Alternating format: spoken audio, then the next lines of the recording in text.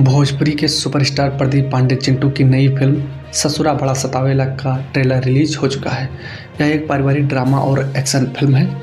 भोजपुरी में अश्लीलता रहित और पारिवारिक फिल्म में चिंटू पांडे अक्सर दिखाई देते हैं।